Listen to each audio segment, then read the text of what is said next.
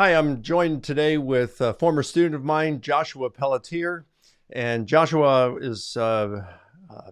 was one of my students at Houston Baptist University, took a couple of my courses, really a sharp student, and he wanted to do a master's thesis. So I suggested some of the prolegomena or preliminary matters related to the Gospel of Mark, and he just did a fantastic thesis. He put a lot of time and effort into it, came out with some really interesting conclusions. And Joshua is the chapter director for the Ratio Christi at Charleston Southern University. And Josh, thanks for joining today. Thanks for having me. Yeah. So, um, you know, tell us again. We've talked about the dating of Mark, dating of composition of Mark in our previous video. Tell us about some of the other matters you studied and researched, and the scope of that. What did it all include?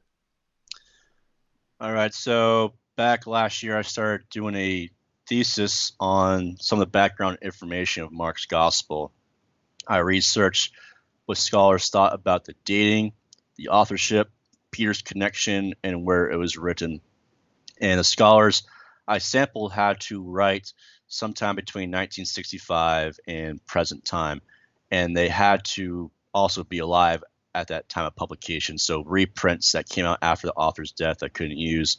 The scholar's credentials had to also be comparable to New Testament studies. So a PhD in New Testament studies, or like maybe in history, things like that, in order to be sampled. And so, and also I sampled English sources, and I found a total of 207 scholars who wrote on at least one of those four topics. That's quite a few. That's a robust sampling, to say the least. Yep. So, why is the authorship of Mark's Gospel important? Well, I just started taking a hermeneutics class, and I found that it can really help with exegesis. Um, and it can also help with the proper term here might be historical probability.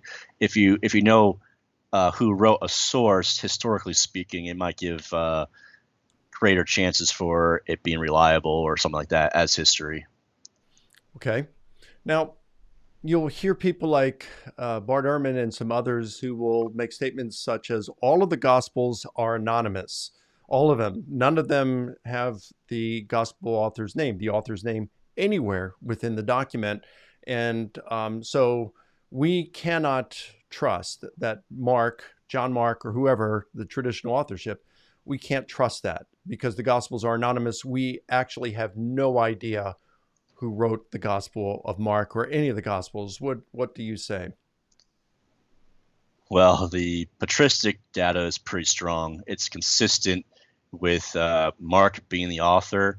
Uh, it seems like scholars believe that traditionally, when these church fathers write about Mark being the author, they also really mean John Mark. There is no other person in history who is named as the author. Um, and while it's true that the manuscripts may have circulated anonymously, this is debated. There's nothing else out there to compete against Mark. Wow. I looked into this some, and also Simon Gathercole over at Cambridge wrote an article, I think 2 years ago, on this. It's an excellent article. Um, and this whole matter of the Gospels being anonymous, to me, it seems like it's a non issue. Um, when I did my work on gospel differences, I found that there are somewhere in the neighborhood of about 100 different biographies written of individuals around that time within 150 years on each side of Jesus. Plutarch is like the finest of all those biographers, and he wrote a little over 60 biographies, of which 48 have survived. Then you've got the 12 Caesars by Suetonius. You've got the life of Agricola by Tacitus. Agricola was his father-in-law. You've got some others. Anyway, just about 100. And what's interesting is there's only, of all that time, there's only one biography that includes the author's name in the title or the preface, and that's the Passing of Peregrinus by Lucian of Samosata around the middle of the 2nd century. And then if you want to go beyond that, the only other one that contains the author's name in the title or preface would be the Life of Aelius in the Historia Augusta, written in the latter part of the 4th century. That's after Eusebius and the Council of Nicaea. So it was standard for biographies to be anonymous, pretty much in the same sense as we have with the Gospels. And then I'll look at it and I say, the writings of Plutarch, all of Plutarch's lives, Livy's Roman histories, the literature written by Sallust, one of the finest historians. In fact, Quintilian in the latter part of the 1st century said that Sallust was a greater historian than Livy, and that you have to be advanced in your studies in order to appreciate him properly. Sallust's writings, his histories, his war with Jugurtha, his war with Catiline, they're all anonymous. That Sallust's name, Livy's name, Plutarch's name doesn't appear anywhere within that document, the literature that they wrote. So, I mean, this is standard. It's just a non-issue. And like you have suggested, we do have evidence from the patristics. Somehow, the patristics, the early church fathers, knew who wrote these Gospels. Or there was a tradition that at least was floating around who wrote them, just as there was a tradition floating around that Plutarch wrote the lives, and that Sallust wrote that literature attributed to him, that Livy wrote the Roman histories. So I don't see it as a big issue. If you're only if you're myopic and you're only looking at the Gospels, yeah, you can say anonymous and make a big deal out of it. But when you consider the Greco-Roman literature of the period, you got the same problem in many cases. So I don't see what the big issue is. So you said that the patristics, there's stuff in there that talk about the authorship. So, well, I guess we can get to that, but who do scholars, you said 207 critical scholars since 1965, right, in English, who are they saying wrote Mark's Gospel? Well, I haven't ran the statistics on this yet. I still want to fine tune it, but based on my chart, it is just like the dating. A large majority of scholars, and they hold to John Mark being the author. So there's both internal and external evidence for this. But essentially, what happens is internally is you don't have anyone in the Gospel of Mark saying, hey, look, I'm Mark and I wrote this. What you have is this sort of evidence of Mark being associated with Peter and how that confirms what the patristics say about the two. Okay. So, all right, who is Mark? Is Mark John Mark? Are they two separate ones? Like when I was doing some research on this, some would just say Mark, and they wouldn't say it was John Mark one way or the other. Some would say it's possible that it was John Mark. Others would say it's probable or it's probably not John Mark. Like, where are scholars on this today? Well, the arguments usually have something to do with John and Mark. I forget on top of my head. I apologize, but John is one sort of name. I think that was his Jewish name, and Mark was his Roman name, if I got it correctly. And it was common for people to have that sort of title, the surname, and actually his name would have therefore actually been John, not so much Mark. And when you look at the Gospel of Acts, you have him being called John Mark as well as just John. And when you look at the epistles in First Peter, you have him being called Mark. And so scholars think that this is the same guy. And then when you look at Papias, when he essentially quotes First Peter, that he doesn't make a distinction between Mark being anyone different than anyone else. Okay, so yeah, and the Romans had a tria nomina, the three names there. Like Marcus Tullius Cicero, you've got those three names. Gaius Julius Caesar, the tria nomina. So what are some of the external evidences for the traditional authorship of Mark, that John Mark wrote it? Can you repeat that? Sorry. What are some of the evidences, the external evidences? You started to mention some of these, that John Mark wrote the Gospel. Okay, so Firstly, kind of like what you were saying earlier, you wrote in your article that the evidence for traditional authorship of Mark is much better than we have for Plutarch's Lives, and that's true. You look at the external evidence, which is primarily church tradition. You have Papias, Irenaeus, you have Clement of Alexandria, Tertullian, Origen, Jerome, that they're just unanimously saying that Mark is the author of this book, and they also connect him with Peter. Some other external evidence. This kind of gets more in probably to speculation. I believe it was Martin Hengel. He talks about how he thinks the autograph would have had a tag associated with it, so you would have known who wrote it. There's also questions of why Mark had written, or why Mark's name was attached to the gospel, I should say, and it had to do maybe with second century Gnostic gospels. Those like Gospel of Peter was coming out, and so they need to associate a name to this gospel so they knew who it belonged to. Okay. What would you say? Let's go back to the external evidence for Mark here, and you gave all those names. You got Papias, Irenaeus, Clement of Alexandria, Origen, and some others, Jerome. What would you say to the person that really the person says, all we really have is Papias on this. The others just got their information from Papias. So you only really have one source. What would you say? Well, I was telling the burn proofs on them. But from what I understand, I don't know a lot about the church fathers, but what I've read and what I understand is that these guys were distant from each other. So to think that Papias was their only source is kind of speculative. And also the fact that they present their own information as well. For example, Papias doesn't talk about Rome, but like Irenaeus and Clement do. And so that means they had an additional source. And so they, to think that Papias was their only source, it doesn't hold any water. Okay. All right. So you've given some of the external evidences for Markan authorship. Okay. You've got these.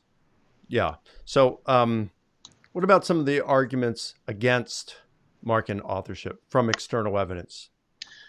Well, it's a lot of it is attacks against the patristics. Bart Ehrman, for example, thinks that Papias is certainly wrong. He talks about how you can read Mark out loud in 2 hours, and to think that everything that he said is written in this thing is kind of not really, it can't be taken true. And he goes on to talking about how. What do you mean everything written, like that it's an exhaustive account, or what is he actually saying there, or meaning? Yeah. So like to paraphrase him, he says that Papias is certainly wrong when he claims Mark wrote everything Peter said about Jesus. So he's assuming that Mark wrote everything, right? That's where he's coming from. Yeah, that's a little bit of a reach, it seems. And then he claims that scholars universally or uniformly reject just about everything that Papias recorded. And so if you're going to reject the things that scholars reject that don't have anything to do with your beliefs, then you should also reject the things that do have to do with your beliefs. You shouldn't just believe in these accounts of Papias just because it helps your worldview, basically. Yeah. Yeah, and again, if you're going to reject Papias, and like we said earlier, Papias is by no means unimpeachable. There are, a couple of weaknesses there. Number one, he mentions at least a 4th century source says that Papias mentions the death of Judas, which is really weird. And then the second, that he wrote in the Hebrew dialect, which I think that one is easily accounted for, that second one. I don't think that's a good argument against the credibility of Papias. But again, if you reject Papias on that, then you got to reject the Lamprias catalog, which is even worse, pertaining to the authorship of Plutarch's Lives, and classicists don't do that. Now, I guess Ehrman would have to argue, but they should. And then you're left with all this literature written out there, and we have no idea who wrote it. And that then you have to dismiss it according to arguments given by Ehrman and some others. you'd have to dismiss that, and at the end of the day, we would know very, very little about the ancient world. Yes. Okay, what are some of the internal arguments that John Mark wrote the Gospel of Mark? Well, to quote Dan Wallace, this isn't so much an argument for it, but he has a good point here. Daniel Wallace says Mark had an ongoing and close relationship with Peter for at least 10 or 20 years before he penned his gospel. At the same time, he had an ongoing and close relationship with Paul and Barnabas. This double association placed him in a unique position for writing a gospel to Gentiles, motivated by Paul's mission based on the teaching of Peter. So basically, he's trying to say, look where we see Mark in the gospel, or not, yeah, in the New Testament, and then look what the church fathers are trying to say. Like Mark and Peter knew each other, and so we have good reasons to believe that that Mark wrote the gospel because it's vindicated in the patristic data. So things like in Acts, where shortly after the Jerusalem Council, when Paul and Barnabas return with Silas, and I forgot the other name of the guy, but they return with two others, and Silas and his other leader from the Jerusalem church deliver a letter from the Jerusalem church, James and the leadership there, about their rulings on whether Gentile males needed to be circumcised and eating meat sacrificed to idols, things like this. When they're addressing these kinds of issues, then they decide they want to go further, and Paul and Barnabas have a falling out, right? Yes. And Barnabas wants to take John Mark with him, and Paul says, because he deserted us before. And so that would, you're saying for internal evidence, that would suggest a relationship there, not necessarily with Peter, but that's the John Mark involved. That is it believed that that's the John Mark who penned the gospel? Yeah. So we have, because John Mark returned to Jerusalem, I think, at that point, right? Or before then, that's when he left them and returned to Jerusalem, and that's where he would have had the affiliation, the friendship with Peter. Yeah, the same. Yeah, so the same guy. His mother had hosted, I believe, the disciples came to his mother's home, and that's where Peter went as well after the angel freed him from jail. Oh, okay. So yeah, so there's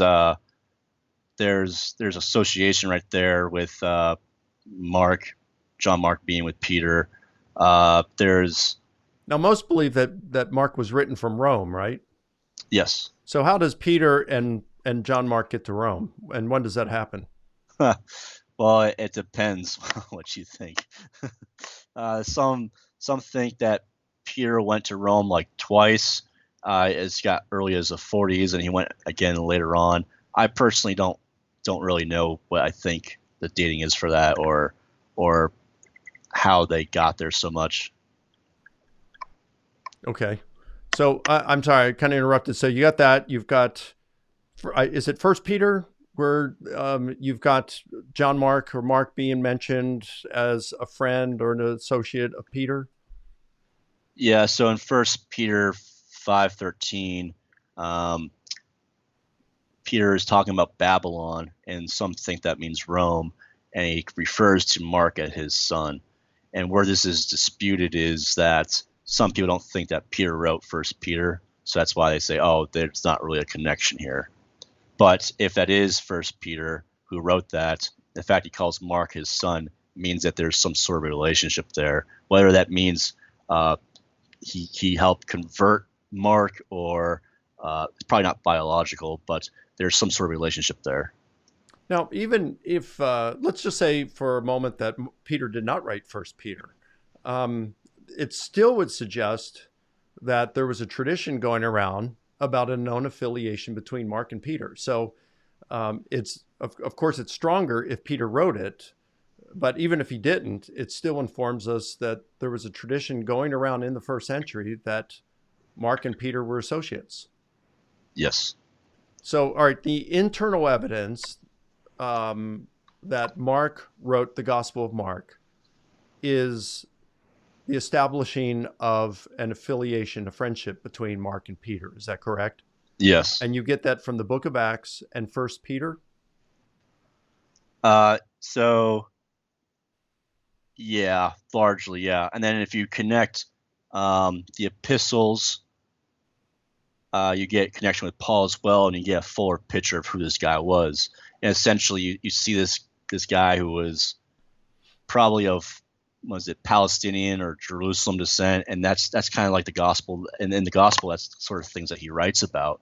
So you can pick that out from his who he was as a person, and the sort of things that he was writing as well. And of course, scholars dispute that too, but there seems to be some connection between who he was and how you can see that in his writing.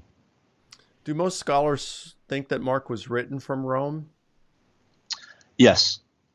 And where are there? What's the second um, most popular place of composition location where it was written?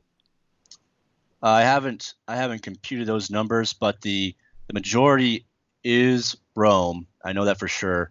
The next one is actually probably not even an opinion as it is multiple opinions. Like you'll see a majority of scholars, well, not majority in comparison to Rome, but the next sample size would say something like they just kind of list a bunch of possibilities and they don't really make a commitment. Okay. All right. So now we've looked at. Oh, now do most believe that Mark was a Jew? I don't know. Okay. We've talked about some of the internal arguments that John Mark was the author. What are some of the rebuttals to those? What are some of the arguments from the internal evidence that Mark did not write it?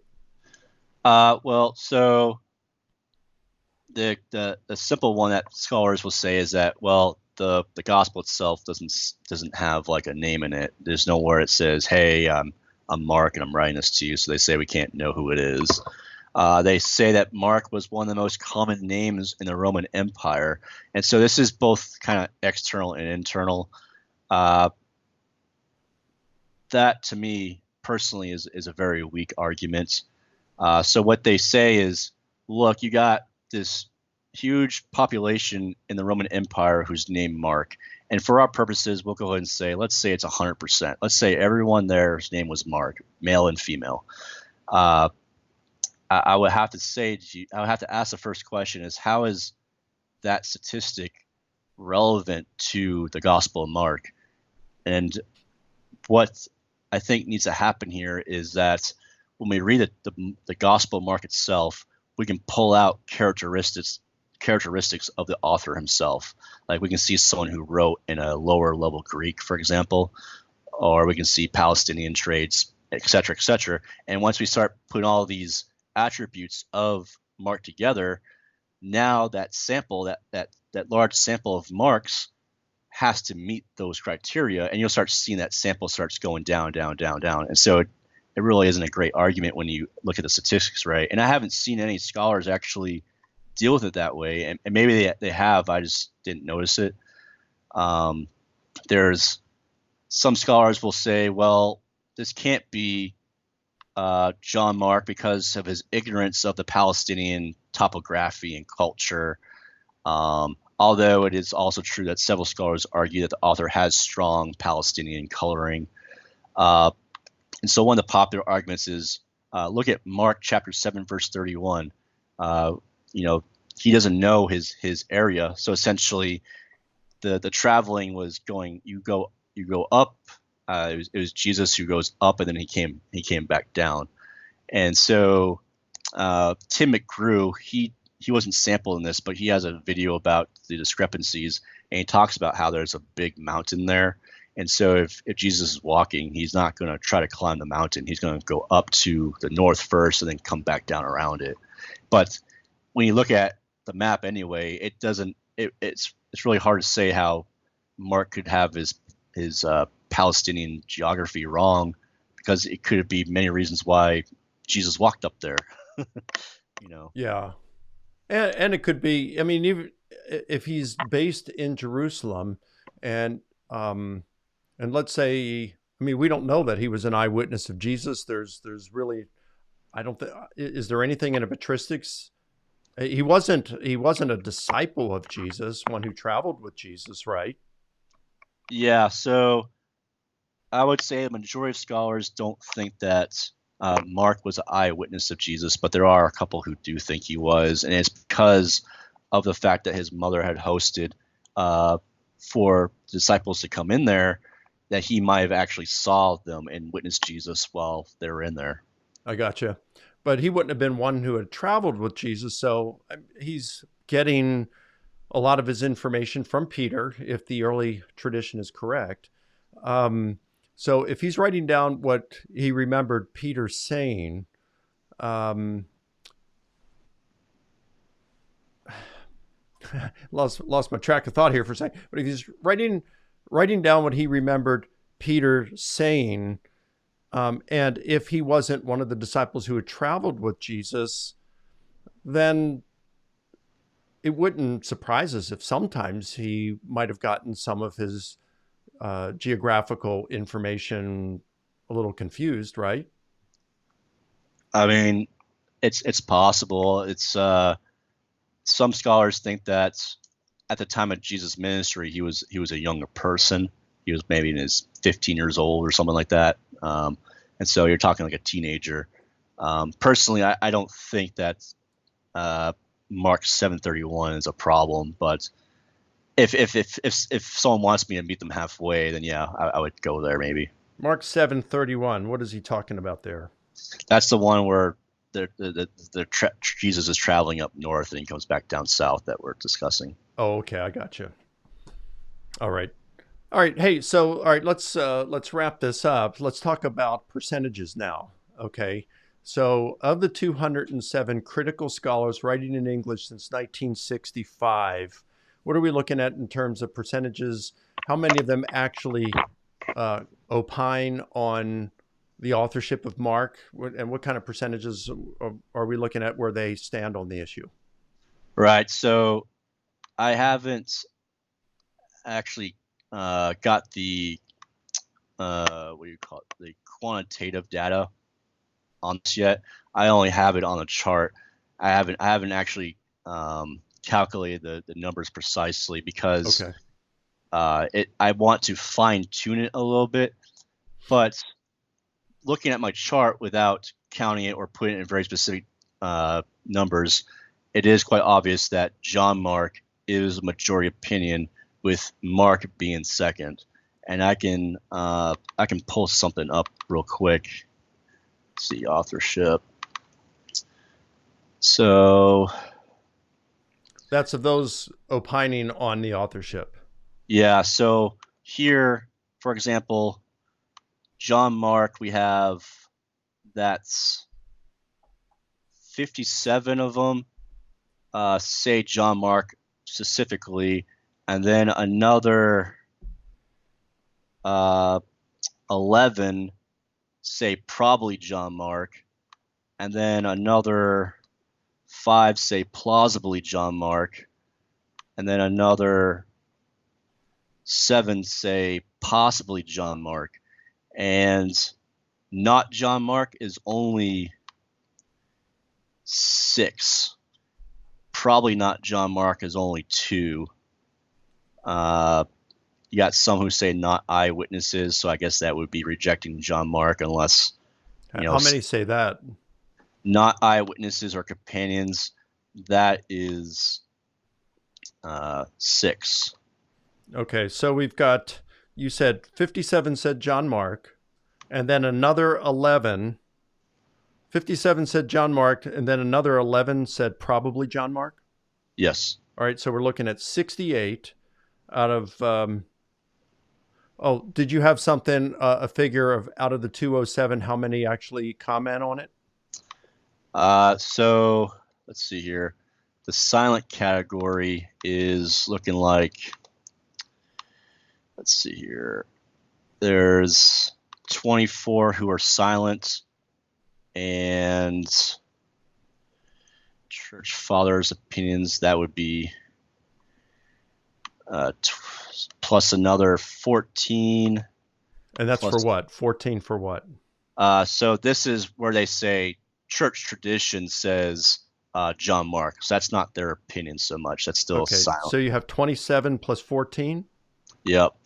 And then for this one is, oh, no, that doesn't count. This one is scholarly opinion. So they would say, scholars say John Mark is the author. That's only 3. 3. And scholarly and church opinion, this is where they say church fathers and scholars, that's only 3. 3. So we're looking at 47 there. Are kind of silent. They don't tell where they are on it. So 207 minus 47 is 160. So you got 160 scholars who actually comment on what they think about authorship.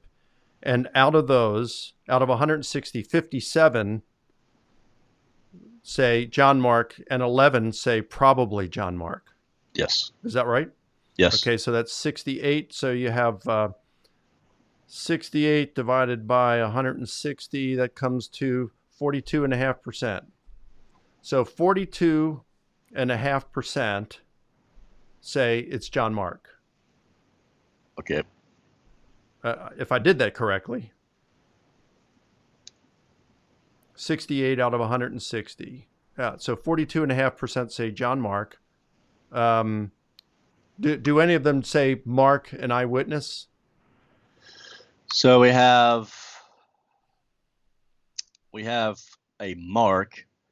Mark himself is 11, and did I already include? No, I didn't include. No, that it's different. So now, when they say Mark, are they meaning the traditional authorship of Mark? Yes. I have another category called anonymous Mark. That's only one person, so I'm assuming they mean a different Mark. Okay. So that's 11. And then there's a probably Mark, which is only 1. Okay, so yeah, we'll go with probably. So that would be 12. So now we're at 80 divided by 160. So 50% would say pretty much the traditional authorship of Mark. Yes. 50%. Now, what kind, 50% of those who comment. So that would mean 50% would say no?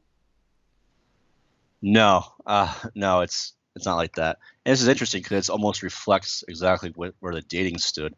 Oh, because we didn't do possibly. We didn't include those. So how many would say not the they would say the traditional authorship is wrong or probably wrong? Well, we already did we did the not eyewitnesses, but there'll also be not Mark, which is just one person. How many is not eyewitness? The not eyewitness, we already counted that one. That was 6, or excuse me. Oh, that's right, 6 and an 8. Yeah, 6. Yeah. So there's a not Mark. There's a probably not John Mark. That's 2. And then there's two more for that in that category. Okay. Yeah, probably not John Mark is 2. There's those who are skeptical of church tradition, and this is where I was trying to think how I place them. Do I say they're rejecting authorship, or are they just skeptical of it, like they don't have a commitment? Yeah, that's tough. But how many were in that category? You have 5. Okay, so any others categories? Yeah, so there's the unknown category. These scholars would say the author is unknown, so that ends up being 22. Ooh. All right.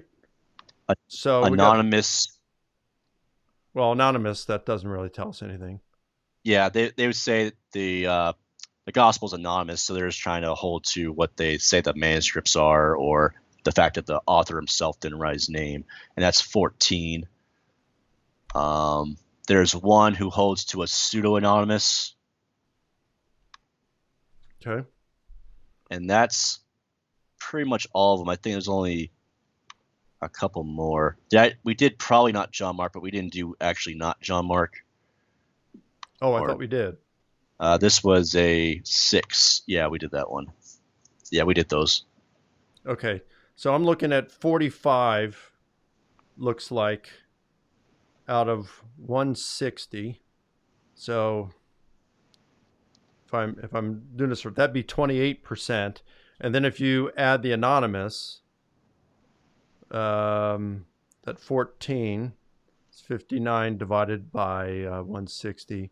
Then you're at 36.875 or 37%. So 50% would say, yep, traditional authorship of Mark. And then you'd have somewhere between whether you're going to include the anonymous gang in there. If you don't include it, it's 28% would say not the traditional authorship. It wasn't Mark. And if you include the anonymous in there, you got 37%.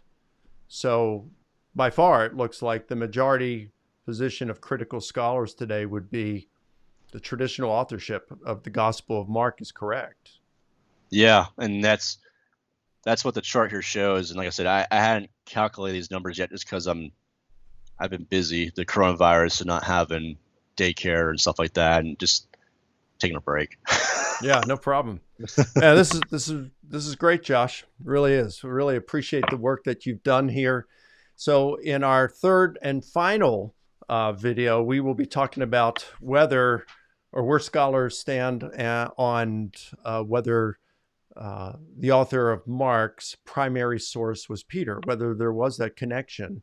So we've dealt with some of those arguments here for the traditional authorship, but we will look at it in some more detail in our next segment. So, hey, thanks a lot. This is really interesting. Glad you did this work. Thanks for having me, sir.